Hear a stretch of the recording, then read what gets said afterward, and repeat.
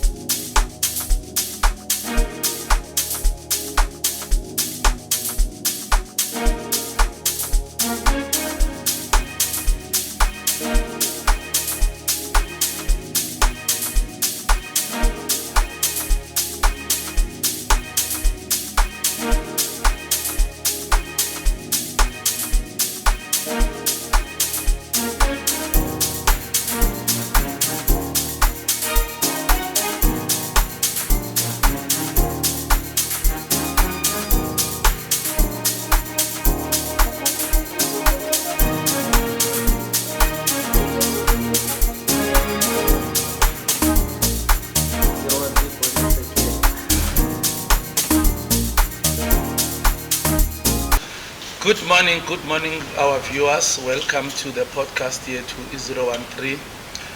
This morning I've got Pastor Mkalipi as our guest, no Pastor Robbie. Gentlemen, welcome to the podcast Ep11. Before we start, sizocala Pastor Benjamin Mkalipi ukuthi sicela uzintroduce to our viewers and you tell us a little bit about yourself. Oh, thank you, sir. Igama lami Benjamin Mkalipi. I'm a pastor by calling, by the grace of God.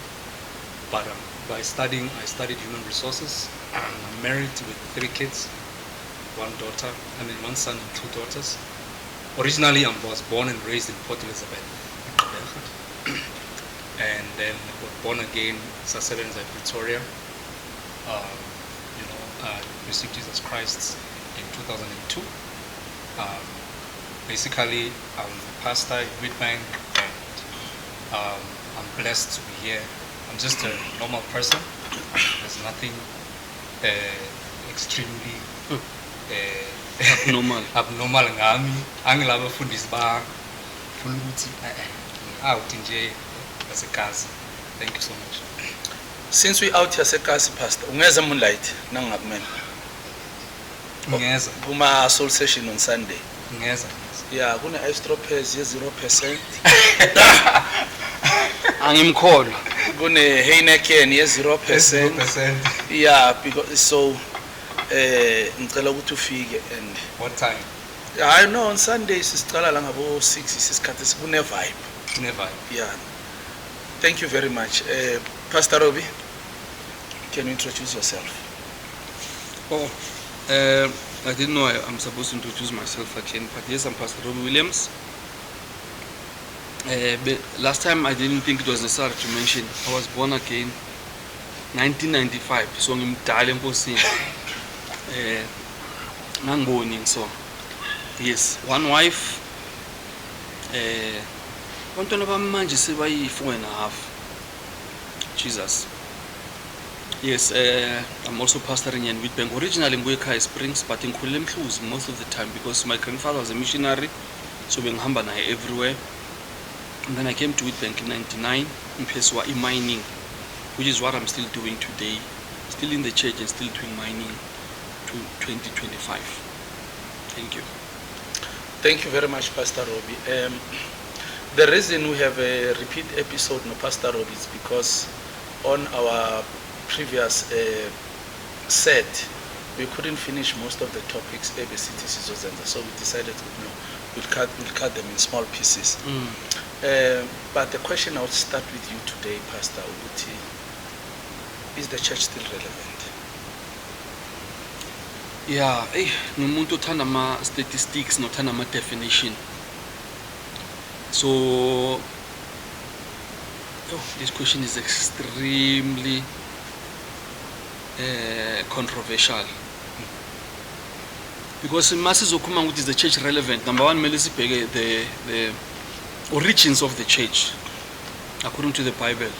When Jesus Christ said bekunama temple kunama synagogue, when we came to the New Testament, uJesu aqale the church where he said is the assembly of the called out ones, labeng babizile for special tasks, wabanika ama gift nama talents to go and perform. So the church is that. And then when you look in the book of Acts, personally, that's where I get the definition of what the church is. because that's where we saw them beginning to move, as they say, acts. They were doing multiple things without now Jesus Christ's presence, and most of the disciples abanye futhi ke later ke bangasekho. And then we saw the church going forward without them. What was the mandate?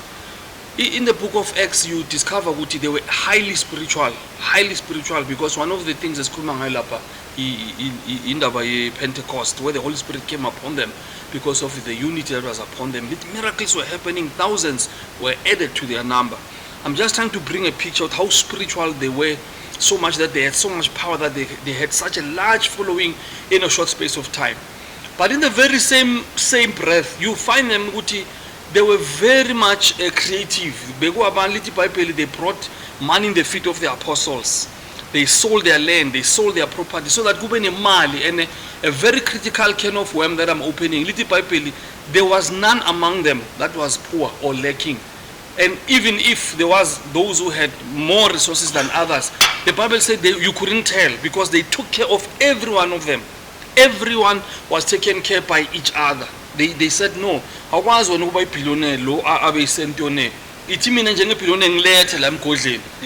that sonke sibe uniform siphile. But the church has lost that today. Isonto lina class.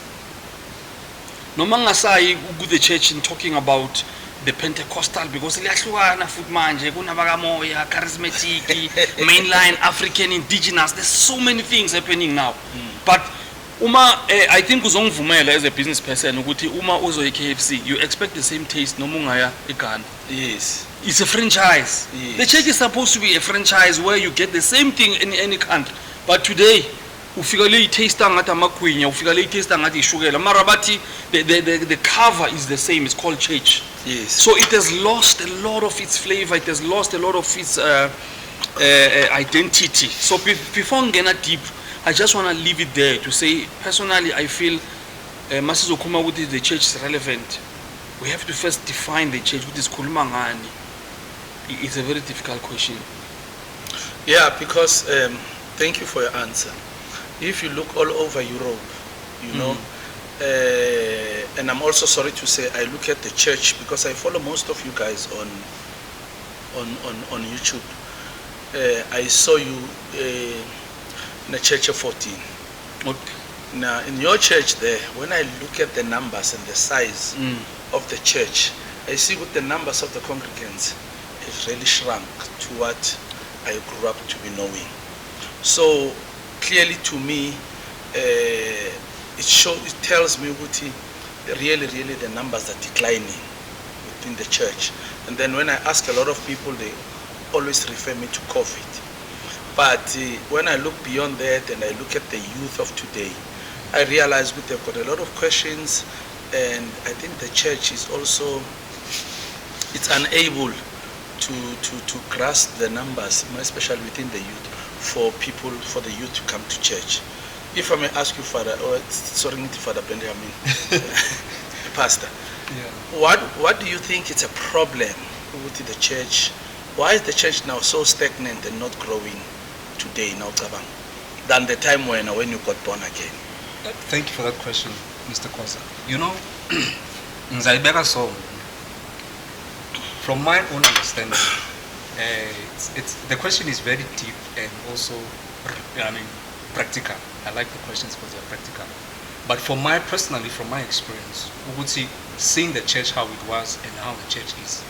Yes, most people can use the excuse of COVID, but that is not, we cannot hold on to that.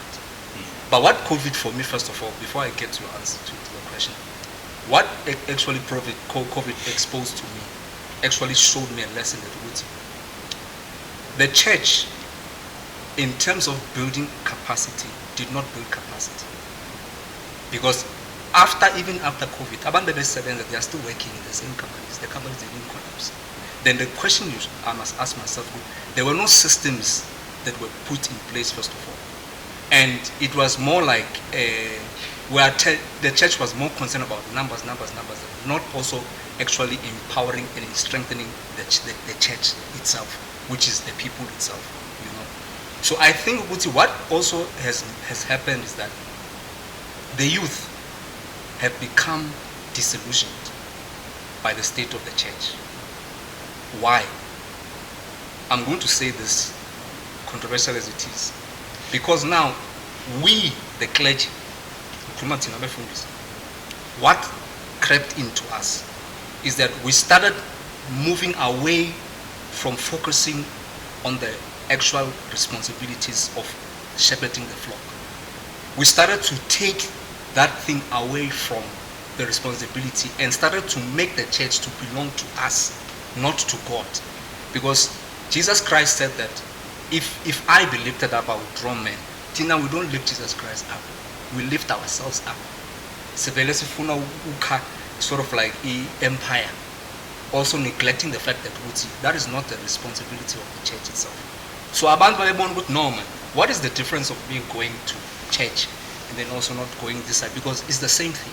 People have shifted away from sort of like proclaiming Christ and also promoting Christ. They promote themselves, so they became disillusioned about God. And number two, the other thing is that we as the clergy were more concerned about is personal enrichment, more than even empowering the people themselves, So I think that those things became disillusioned. Then some false teaching, some false. Then it made people to say, no, this is not the church that we are seeing also in the Bible. It's different from the church that we grew up. So for me, the question, I'm not sure with Namezi guest. Yeah, no, you can ask a question. No, because somehow we acknowledge number one, into the church is shrinking. Yes. Versus growth, and I totally disagree.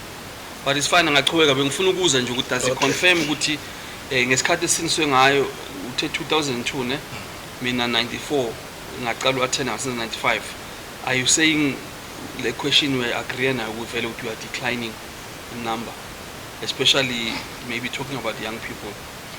In terms of I'm saying that it's stagnant, but also at the same time there's no actual exponential growth. What you must understand, I'm talking about exponential in the sense that you have to look at the population size now. Yes. That's why I'm putting that. I'm sorry I didn't expand on that. Let's look vis-a-vis in terms of the population growth. Is the church also growing along with the population? All right. Because for example, in Witbank, when I checked 2013, when I checked the stats, in Witbank we were like 380,000 people. Like when they did the census, but 380,000. But in 2024, they are saying that now Mabenza is land-based census. Witbank is now currently 580,000 human beings because of the. Now, how do you say that? How do you sort of like check the growth in terms of then and then now? But when it comes to that, I don't think that we are growing. Rather, we are stagnant and also shrinking a little bit. Okay. Thanks, Bob. But I want to ask this question. Manglalelo Robbie, I call about the beginning of the church and the structure. I sense that there was an element of philanthropy in the church. Right. Then nowadays, I want you guys to tell me how should a church, an institution like a church, should be structured? Because I've seen churches on a trading name, but this church so trading as. Once you start saying trading to me as a business person, I see a business. So what I want to clarify from it, is church a business or there's a business element in the church? And you see, this is my business, it's Moonlight. When you come here, our founding documents, we are Moonlight Lifestyle Pty Ltd. And I'm a sole director, it's clear. Which means we are here as, I'm an entrepreneur and my company here is here for profit more than any other thing.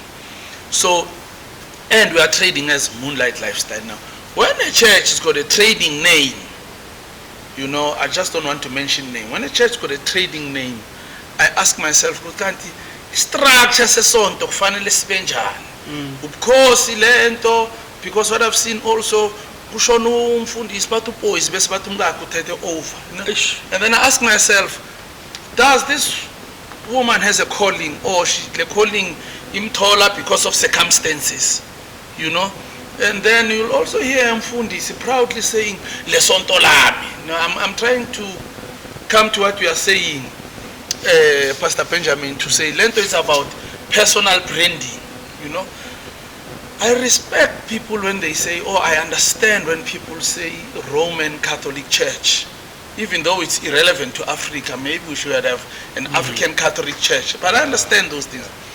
But once you have a church that is branded by one person, nginenkinga. So ngicela ngichazele istructure ukuthi sikhuluma ngebusiness la, and then nge-calling sikhuluma what is a calling, and moreover how should a church be structured, because mina la ngibona ubukhosi, you know, something that's going to be passed.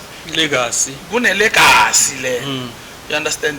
Ngibona kune interstate succession la. You know, towards the family, you know, and I'm really confused. So any of you, I don't know who wants to take which part to answer to my question. Okay. But ngizocala ngawe pastor, and then uzomshiyela okunye, or you'll just answer interchange and interchange. So you can also, it's just a conversation. You can also put your views while he's talking. Interchange. Yeah, and we don't necessarily have to agree all the time. Yes. Number one, the word trade vele likhuluma nge-bartering almost language yakudala. It's changing, you're buying and selling. Yeah. Yes. It's business. So unfortunately as Africans we are, okay, let me not say that. Let me just say most of the time people are ignorant. You don't care how the church is registered, whether is it a social thing, eyethu sonke or inomnikazi. Yes. Oh, thina sibanga ukucula iculo kushaya izandla siyangena siyacula. Ukuthi offering ihamba kanjani? What's the system of the church? Ngabe lungeke ukwenze lokho. I don't care whether in Africa or anywhere. They want to find out. But we are one of those people at times kufika la mawuthi uyayibuza lo question ukuthi unamademon uzele ukuzosonta la or uzele ukuzobuza izinto. And then we demonize questions that are rational and then that are necessary. So when it comes to business in a form of making profit, hence let's go back to the inception of the church where we get the true definition. Personally, I feel the church is supposed to be a house of God where we all come as we are. We preach Christ, we do all the necessary spiritual rituals, spirituality, yeah, and then business side. I'm not talking lamina as a man of God or the said man. That's why sometimes I ngoba sengifuna ukuthi manje mina nefro lam siyiphatha ama finance, and then that's why noma ngingasakhona, like I can make an example, one pastor kwelinye country waba ne voice cancer. I can't give the church over to another man because manje seyilegacy yala endlini. So I must give it to my wife or my son, even though ngibona ukuthi abana calling, because manje li business mangizolinikela abanye mina ngiyophila ngani. That's the question we've had too many times. Manje mina ngiyophila ngani. So we did not know ukuthi besizele kule sonto ukuthi siphile ngalo. At the same time, we are not saying we are muzzling an ox ukuthi umfundisi angasebenza la biblically to sebenza altar and adle khona. But when we personalize it, even from the registration, njengoba usho lize lingabi ne-accountability, umuntu angathola i-classroom uyavula naye seka umfundisi naye seka collect tithe, akana baba kusazi uphethe ubani ureporta kubani. There's a serious crisis and a serious problem. That's why umuntu nakafuna baphuza ipetrol ubani ozomtshela isonto lakhe. Ulibiza ngokuthi lakhe wenza into ayithandayo, nakalala namantombazana ulele nawo is consensual, azange lamantombazana ngwa-rape avumile. Akunamuntu omphethe. And abazalwane bazothi noma balandela lelo sonto abanandaba ukuthi kanti board yini umsebenzi wayo. Ama-board asawafuni phela, ama-board ashould kumele sibe accountable. You must remember, I can make a simple example, noma ingasound stupid. The very same king of pop, Michael Jackson, was not producing himself, was not writing songs for himself, was not managing himself. That's what a board is. Asifuni thina ukumanage, uma ngumanager manje shukuthi uyangimicromanage, asifuni lokuphathwa, sifuna ukuthi sibe free because esikhathini esiningi sicabanga le tithe le, and as a pastor maybe I'm supposed to be defending the church, but I choose to defend the truth today. Isonto solibona ngelinye ilanga. You see, I choose because uma ngizoba ne board, i-board it mara mfundisi, we can't do that. We cannot manage church monies like that. And for me to be a board member, it doesn't mean I should be a congregant. Exactly. So that's another mistake. Yeah, so it doesn't mean a board member fanele kube labo baba no Abangafundanga bonke. abangafundanga bonke abadominator umfundiso. Yeah. There should be a board. Kwangaba no clever vele sizomkhipha ngoba ushaba ngatuza nedoti. Yeah, one thing I wanted to say, to also interject what Mfundisi is saying. I think one of the reasons, like you rightfully said, that City is Sondoela.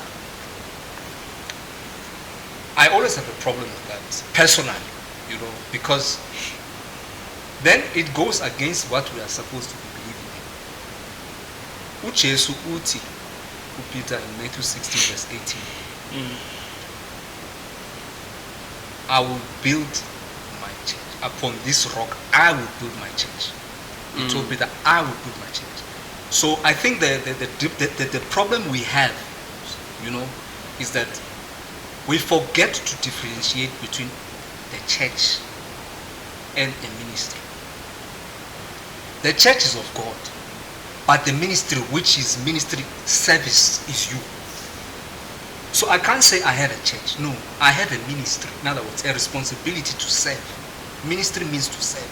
So once we don't define those two things, that's where the confusion is. No, it's not the same. Oh, laba baku minister but this mind should be right according to the definition. According to my definition. Right. No, man. I'm saying that a ministry is service. You understand? So Velutinje, Robbie Williams Ministries. You understand? It doesn't mean that the church belongs to you, but the ministry what you have started, that one is your responsibility to make sure that the ministry goes forward. You get it? But the church itself, you can't say the church is mine. It's not yours, it's God's church, because you are not God. So ku-ministry naku-church zifika sihlangane kuphi ukuze sikwazi ukuthi ngigcina la ukuthi mine la sengithi Jesus ku-admin, ku-finance, ku-spirituality. I don't know how to draw the line between ownership of the church is God. Ministry is service inside the church. Yeah, but now that's a spiritual perspective. Yes. I'm not really much interested in that. I'm saying, how do you structure the church literally, to say, is it a business that has to have a trading name, or is it a social entity that has to have a constitution that guides it, and the constitution is over nama dispute resolution, disciplinary lento ukuthi pastor nakalele namantombazana sim hold accountable ngale constitution. If it's a social thing, we have an organization. It's called the Malahleni Liquor Traders Association. It's not mine. I'm just a secretary. There is a constitution, and there is members, and there's an executive, and there's other executive members, and members of it is even people who are not in a liquor trade, because it's a social thing. Come and join. So that's what I want to find out. But from the spiritual point of view, when people want to dodge questions or bafungwa kumtangalo, bafaka gameliti spirituality, wangasho njalo vele sesiyama sonke because asina proof. So I want us to shy away from that a little bit. How should we structure a church? Now, that's why I want to know if it's business, it's business. Because I see there is business in the church, and I respect denominations which are by faith and are by business. You understand? Because oil keep. But there's also there's legitimate businesses that come out of the church. Which those who embrace the business, but solid. I'll give an example. The ZCC Church, right? They are solid because we're clearing a business. Tina, we are going to promote our business is on funeral scheme. Please join in. That's why they don't demand all these. That's why it's uniform. You understand? Because the business by embrace. You understand? And their business side of things is registered, is legitimate, and it's growing. But charismatic churches, the business element, acknowledge. with this, there's a business here, and separation ngata ibikon. On the traditional churches, the separation is there. You understand? Yiko bengibuza bengifuna wazi le business okhuluma ngayo ukureceive umnikelo or the exact trading ukuthi ngithengisa oil or both.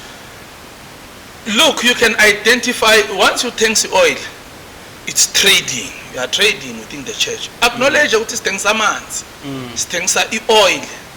You know, whether ukhohlisa abantu ukuthi anointed, that's Irrelevant. that is irrelevant. But on the charismatic churches, I've got a problem with the business element. I embrace. You know, they always disguise it with spirituality. None. But I don't want to be long. Just to add, Thirsty. It's time to refresh and recharge with Quench water, the water that keeps you going.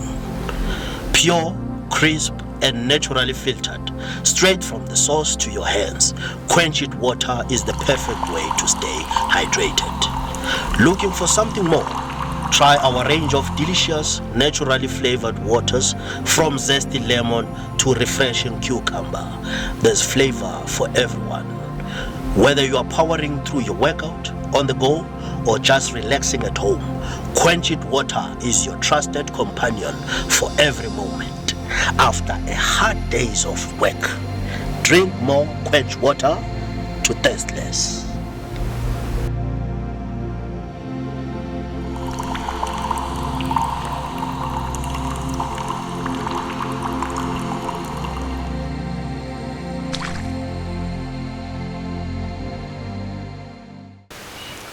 it's known like with bank ukuthi mawufuna uphuza utshwala ebusuku uya eWest because sisila sonke. You understand? We are situated here. There is no church here, right? But now nakudala bebathi nabakha amasonto bekuba ne church street because of the atmosphere. Now be church street nanomhamba la unomahluko.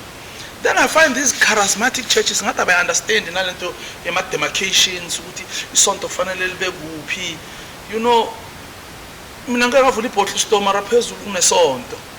Then that tells me it's a business because it's on a business side. Uyakadlen Makama, he's on a business side. Ukompita ne business, business angeke ibe khona. Ngoba nathi sikhona. So ngifuna wazi ukuthi if you are on a business side, are you a business or are you a church? Because these churches, they even take over factories, but angeke kube nomsebenzi ngoba siyasonta thina la. So I want clarity on that. Because ezinye izinto zine sanctuary yayo. Naso wesilisa abantwana sibayisa in a very secluded place. Nesonto should be in a secluded place. But I just find these churches akuna order, more especially your denomination. Ngiyakuzwa ne? Let me say this, first of all. The structure of the church. Let me speak, for example, my church. No, don't be personal. church. How it's supposed to be. How it's supposed to be. Yes. Fine. Each church must have a constitution. Is it a social thing? No. Look, okay, it's a non-profit company. Okay. According to the legal registrations of the law. No, Either city organization. No, what the company nakhona. Organization. Unama shareholders. Non-profit organization. Basikhiphile ngisho ku-NPO but esingene ku-NPC. Basifaka ku-NPC. Oh, okay. Maybe Thanks for that accountability. Yeah, Accountability, okay. yes. Yeah. That's why it's NPC man. Okay. It's supposed to have a constitution. In the constitution itself, it should clearly stipulate issues, relevant issues like how the church is supposed to be run, succession plan, board, disciplinary action, and so forth and so forth. But at the same time, most of the churches who have those things, you understand, on paper, they don't practice them practically. You understand? Hlale shelfing. Now, like you are saying, that the church has to be regulated. You understand? There has to be a board that runs the affairs of the church to make sure that everybody is supposed to be held accountable, from the pastor to the last person in charge. You understand? Now, what I see is that generally speaking, we are shying away from such things. Kube ne accountability, ne responsibility, where we are actually regulated with You can't do A, B, C, D. You said you are going to do, according to the constitution, this is what it's supposed to do. And it's not happening. Do you understand? So now the church has to have a structure. And also, I believe, like, I also said the sentiment comes from the Suruti. As much as the church, the spiritual side, like you say, we should leave it. But there must be something that also must be done in terms of the business side, to embrace the business side and to openly say that, listen, yes, we're a spiritual entity. Yes, we're doing that. But we have to have a business side which will also cater for the needs of the community that we find ourselves in. We have to make sure that we are involved. Adoptive scholar, we give to the poor, we give to Bokoko. That is not happening. No, but you can't do that. Ungana a business that's going to fuel that. That's what I'm saying. That you are lying to someone when you say, adopt scholars, but you are going now to exploit these congregants because ufuna lo mnikelo and then mncane lo mnikelo. What I'm trying to highlight with you, pastors, you know, I mean, I grew up, I'm sorry to use this term. My mother, what bonke abasabi yosebenza babalekele bufundisini. You know, if my mother was born again, but umkhwenyana opastor bengamfuni athi uyosebenza lo. So that shows, I think my mother's theory is partly right, because I see lazy people to be creative, to see and nurture a business element that will make sure lezimvu zakhe ne ezimlandela zibe sustainable. Umsebenzi kamfundisi Lord. Mine nenza vice versa. Nangithi nina, I'm not saying you no, guys understand. Nina nifuna ukuthi no lezimvu zifide nina come up with systems. You say I have a business here. I've started systems and everything. So what they do, they work and they benefit out of it. I also benefit out of, because I've started something. I don't see that creativity from the pastors. Because hence njengoba bobuze nge-relevance. I-stress esinaso ukuthi there's going to be a lot of pastors who are going to listen to this, and njengoba ngisho ngifike kubazalwane 94, as much as ngikhulele esontweni Dutch Reformed Church these indigenous churches, one thing I know about Christian people, they don't like dialogue, and they don't like reasoning together as the Bible encourage. Mawuqala ukhuluma so labathukana nje manje labakhona nabafundisi labo bawosebenza, and we are taking it negatively as if into embi. But what we are saying, I love the way we beke kahle ngakhona, but we are not talking about you living the work of God ukuthi manje sithi hamba ushaya ipiki ukhupha umgodi, and at the same time we are not saying we should not do that, but we are showing the creativity that will find us being able to draw funds by empowering people. Let's say, for instance, enough for business, where I empower a lot of young people. I teach them how to register, I teach them how to run your finance and your books and stuff. As much as kungelakhe sihopa ukuthi since umntwana wala uzoba nemuscle ne-responsibility to plow back, without ukuthi manje sesithi umthetho nakhona sithi ufundele la manje mele ukeep imali or 50% yala. But the more we come with creative ways of say how do we empower the flock so that the flock can empower the institution, then it was clear. But if we don't do that, sisenga iziphumibisi, because you find good there's few people here who have the capacity, and ngobusebenze Eskom or loan a business like Konzweni sonke sesibheke yena for everything until umntwana abantu suffocate angasakhona nokunjoy isonto, because sonke siphuwa, and the man of God yena into ayifuna yo offering akanandaba ne-empowerment. Noma masihleli nabanye kuyi-council yabafundisi siyakuthanda-ke thina ukuphosta ngabafundisi, how many doctors do I have, how many lawyers do I have, how many business people do I have in my church, as if you made them, as if you bathole sporting of a stratin, you empowered them and trained them. So I would be proud to say, you know how many business people today they are business people because but we want to and then because we are very good in snake strategy, so fisher from the fish pond. How do I steal that guy instead of having the capacity with the same powers claim must standards? Good, I can get that guy man who is a nobody, train him, equip him until as a professionalize him. Be proud I know with the God that is in me. And then if balance the whole thing, but as a church we'll be able to get ordinary people and empower them and then we make them business people and professionals who can come back and plow to the church. And then together, me and them, we are able now to reach out to others also who are less fortunate and also build them. But the church is shying away from that. As we are saying, there's no element of business. The only income corner. Can I also say this? One thing that I've realized, if we as the church, think that we can run the church these days with one offering, we are joking. It's not practical anymore.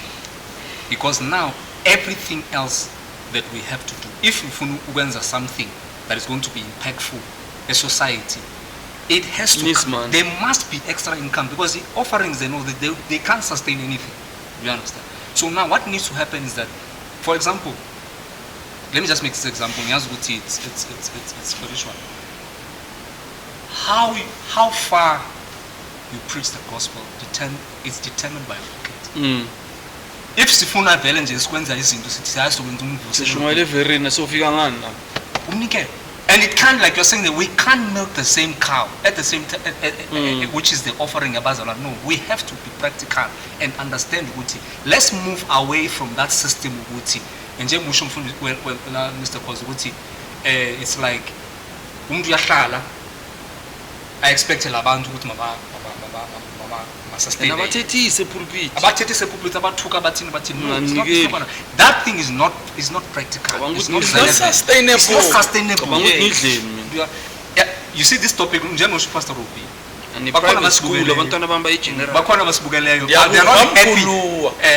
not happy with what we are saying, but let's face reality. We're not fighting. We're saying let's look at the era where we are and help each other. Relevant, because now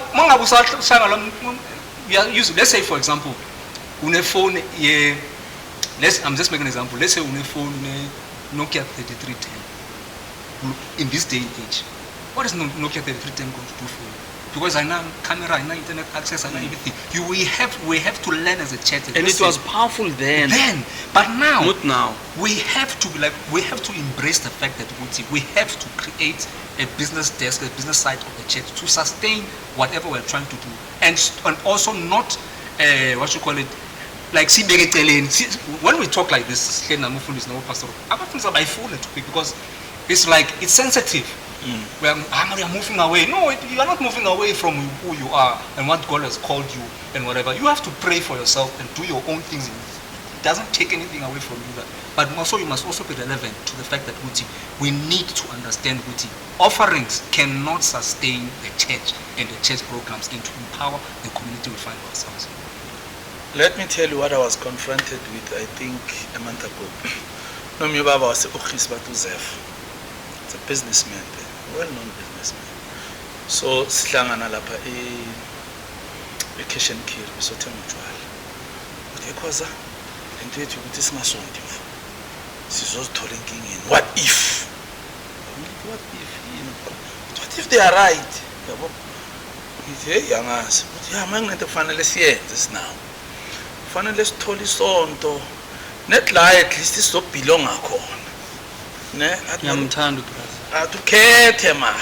Yeah. Mara muthi sikhethe right inkinga enginayo. Ukuthi mina nawe nosiyongena lapha bosenga. Vele. Uthi hey mfo manje uthi dala ngicabanga ngathi yamhlupha le ndaba. I'm telling you that's the whole honestly. Yes. Nasingafika nathi sithole let la asi every day. Yeah. Mara siyathumela man noma 1.5 10,000 nyana. Yabona abathi kunomsebenzi uthi mina nginenkomo nakunomsebenzi nenkomo ngayikhipha. Yabona uthi hey mara inkinga ukuthi ubani lo soya ukuthi mara ngicabanga ukuthi sithola laba abahluphekile. Ngithi hey bawes kakhulu ke muslabo ukusenga. Bosenga kokugcina. Uthi hey mara le yamaroma ngifuni kahle na. Uthi hey muthi sibone ukuthi sishona kuphi. So what this man is trying to say is that not that he doesn't want to come to church. Yeah, I understand. But he's afraid of the culture. And which is going to be exploited. You understand? Which is true. Mara lento ikhulumayo it's very it's wonderful ukuthi iphume in this discussion because it shows me ukuthi kumele kube ne relationship somehow yabo business nesonto kuba fundisa aba open minded ukuthi akungifuni ngifike lapha ningisenge ukuavoid ukuthi ningisenge let's start a program. Yes. Are you open because ngifuna ukuba honest kunabanye abo businessmen abafika enkonzweni with an open mind bavule bathola umfundisi akazingeni leso ubophile because ubheka izinto ngenye ingqondo enza ukuthi noma bafuna ukusiza the only thing abangayi receive abafuna umnikelo because le enye into manje izomkhosta ukuthi kumele asebenze. No, ama programs akhona Robbie. I think I've shared them with you. I've shared them with many pastors. And these are not programs engisusela zona enhloko. They've been tried and they've been proven, and all these traditional churches they follow these programs, you know, and they work. I tell you a sore point that I see lie with bank. You know, as families, to be part of that. It happens that you find a family that got a 4-room house. And then the elders they passed away. Then when a family dispute, and then baresolve about the sithengise lendlu. Ne? Abayithengisi ngoba abasayifuni. It's because they cannot resolve a dispute. You know, either kolota kamasipala, whatever the case may be. If such a house is being bought by me as a businessman, it makes sense because I'm a capitalist, you know. But when you find a man of God participating in such transactions, then you start to wonder, but lo bekufuze by all means awine yonke le family, aphule wonke lama lawyer nawo lapha esontweni nathi nama financial planner athi hlanga ake nincedeni labantu. No, what is going to do a man of God? You keep at 20,000, right? And I believe ukuthi le mali besontweni ayithenge lendlu, and then it becomes his, not for the church. And then uzobathi a man of God unezindlu eziningi, out of really exploiting people, guys. We really have to. Then we expect to such a person nakamelapha athulile izimvu, and then I should believe in him. I see a crook the other day on Facebook, bakhipha amahayena. So somebody asked, what do you see? Ngathi pastors.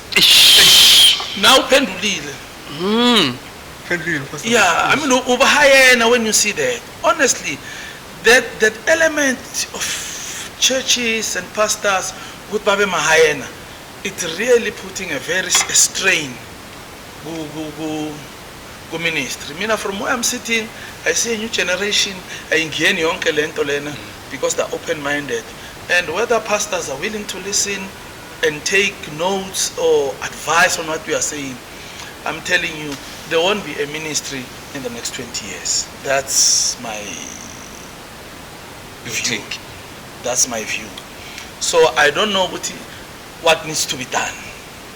You know, maybe I should ask you, because what I've also seen, like Mason Twin, to see clearly with a succession plan. Oh man, in any environment, honestly, I'm 53 years old. In 2 years' time, I'll be 55. I'm such Funland. I'm Funland. I'll be 55 years old. For me, it's not right. 70 years. No, Sase, a pulpiti. If really this thing is not about greed, why am I shift? But as I think they wrap up much, if I'm not mistaken. Yeah. For instance, now I'm fundis in an organization of fundis as belong agiyo. And funkum gam like goes on promoter part. The concept is now lab is that in the same organization, we have a business desk, we have an education and training desk. Sorry, a business desk njani ngana businessman. Exactly, I'm sure you must make sure there's business people. Okay. And but businessmen, you must remember we have a lot of business people in our churches. Okay. But there's no synergy. Yeah. How do we work together in empowering the community? Umuntu uzenzela into yakhe lapha ekhoneni sibonge lokho asiphakona or simsenge. And manje, unfortunately, if we don't face this reality, we're not gonna solve this thing. Yes. But it's not supposed to be happening like this. When as a business person, how do we come together? Plan how do we empower each other? Ngeke ngenze example omunye umfundisi drive all the way from Soweto athi ngizoba to mining, I need help, I'm so broke, what can I do? Ngizwile ngathi kunama truck mining, mangangena ngama truck ngasebenza. You know, the painful thing the mongihlala na nyambot nawo ama truck akanawo ukuthemba wakazibani bani ngithi mawuthi uyachecka esontweni lakhe kukhona ama businessmen strong a grand ebowangeka adinge ukuthi umfundisi ahamba abayibheka le emele manje abe yiyo le businessman bengavele ithi hayi mfundisi mina manje lapha kufuneka nyo grade ukusuka la kuya lapha le ndlela ngithola ithenda le ndlela le 10 kilometers igrade anyayazi ukuthi iphethe ukhoza uzokunikeza igrade uyilethe la ngizokufakela kule rate kancane aziphilele so that anga intemporary nomsebenzi we business person but abe nokuncane angazovithiza lesikhwama so ama businessmen amaningi nabafundisi asikhonanga ukuthi sithengo together kube nalento le ukuthi noma umfundisi avele orafone uthi yo ungabe sekazocelana 200 yabona bazoba kuphigama ukuthi hey lo uzofuza uthi ufuna i200 and kanti kube bekubana ama plan ukuthi sisenza njani but to be honest ma sense introspection sabafundisi kokunye uyabheka ukuthi nayo business person uyabona ukuthi okay iphi reason okumpower this guy iwapha ama social programs anawo lawa angenza ukuthi ngibone ukuthi no man he needs empowerment and help no yonke into uye umkakhe bantwana bakhe sibheke yena sometimes sichinja amakari simafundisi prematurely sisontele kwesinye stop nonsense siyawa marindlo hlala kiyo nezimoto ezidrivayo they don't tally. I'm not saying ukuthi umfundisi akumele drive or in but I feel ukuthi njengoba ngale for instance lento ishow yomfundisi uthenga it is a very controversial issue but nayo ngathi nawuhlala naye akunikeze lakhe side but it doesn't mean side lakhe lizobe li right.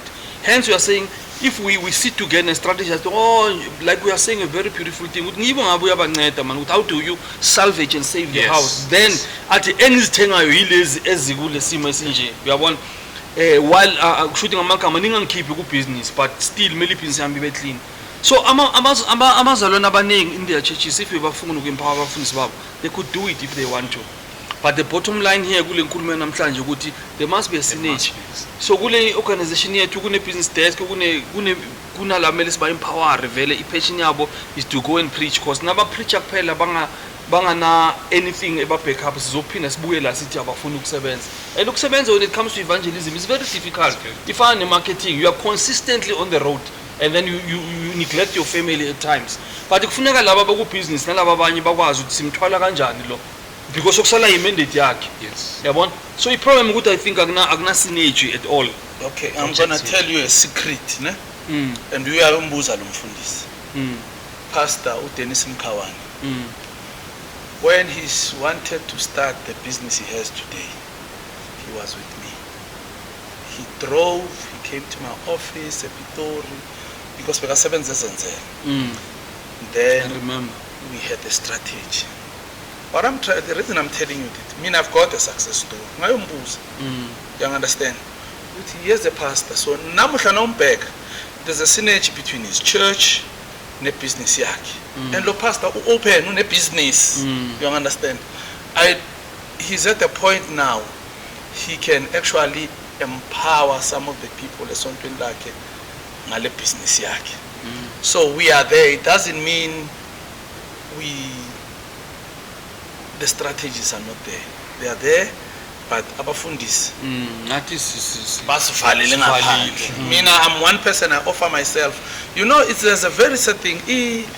CEO as a Capitec, nakutshela the number of black clients they have. And none in the executive there's a black person. If there was a bishop somewhere, what is a Capitec? I'll bring you Christians. 60 million, 29 million members, account holders, and then given a shareholding, Christians, I would understand that. You understand? So when I talk about the business, I'm really not talking about a small business. Yes, it's there, it's easy, I'm a grader, but there is big business that you pastors faster sleep, you don't tap into. And the reason you don't tap into it is because you are not united yourself.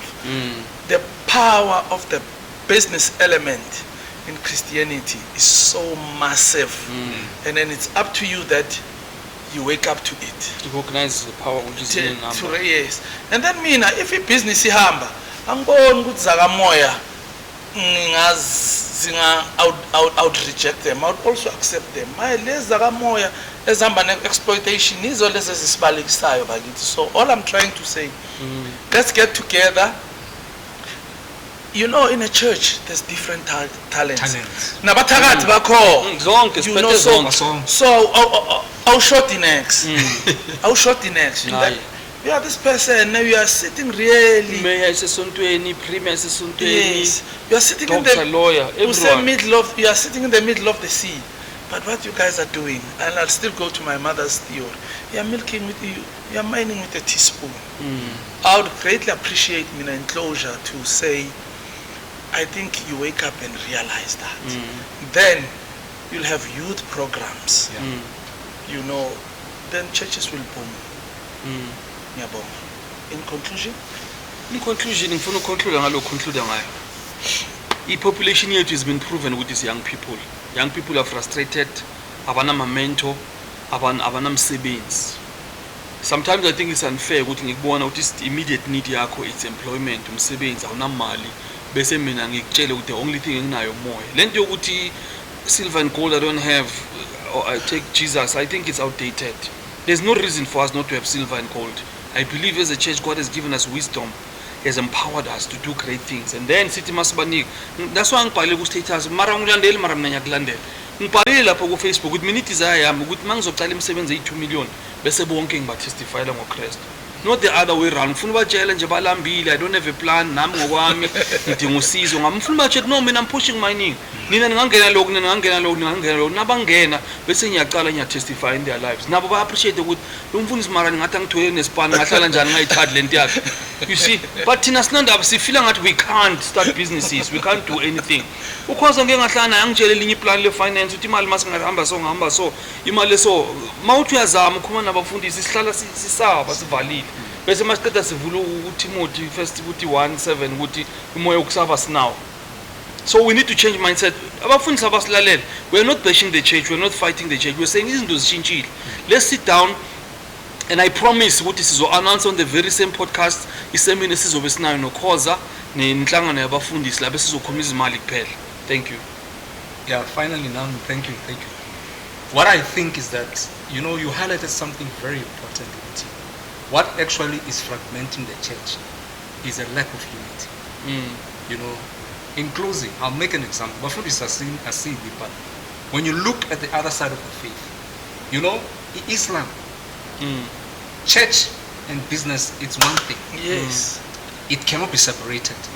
If it was not like that, then the book of Acts was not supposed to be like that. I think we as pastors, we need to broaden our thinking and also broaden our understanding and be flexible. Things are become dogmatic, unfortunately, no, you know, things are evolving. You understand? And Mr. Khoza, the youth, they need something sustainable. They need something they can be part of and be parcel of. You know, I think that once we come together as unit, and what I can tell you is that the church has numbers. Yeah, we have great numbers. And the church has numbers. And in a mall. And in a mall. So if we can just kill this individualism and separation, then at least we can rise above and make an impact in the community. If the church can come together and make and fix the roads, then that is something that is sustainable. Because I'm going to tell you,